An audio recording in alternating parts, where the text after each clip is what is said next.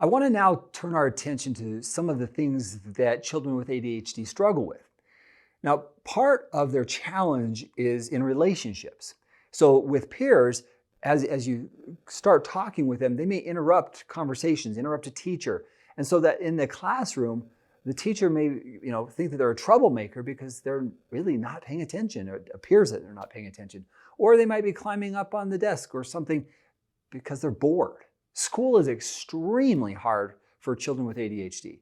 And if we aren't aware of it and nobody's responding to what they're actually dealing with, it's very painful, extremely painful for the child, for the teacher. So they could actually be made fun of at school because they're not paying attention and they're goofing around or they're doing something impulsively.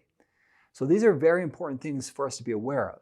So some of the outcomes, some of the research shows that children with ADHD can struggle with their self-esteem, sometimes because they don't feel like they fit in. There's something wrong with them. They're not like others, right? They want to be on the go. And here I am in this classroom. It's stupid paperwork. I don't want to do this.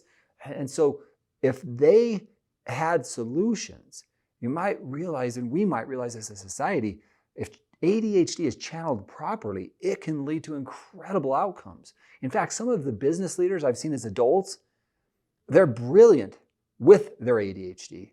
They're creative, and they have learned to channel their creativity. So I want to look at this as, here's some of the challenges, but if we turn it and make it a strength, it can be an incredible experience. So as a parent, I don't want you to think that my child's flawed, that there's something wrong with them. Let's help them channel that energy. Let's help them get the right support and people who understand what's going on in their lives. Some of the other challenges that they have is feeling like they don't fit in with others. And part of that is because their inattentiveness, they might not be paying attention in a conversation with a friend. I already told you that, their friend says to them. Oh, I'm sorry, I wasn't paying attention. So in the parenting of this child, helping them understand and develop the skills, tasks, putting them on tasks, getting assignments done, turning them in, these types of activities can be rewarded, and we're going to be talking about that.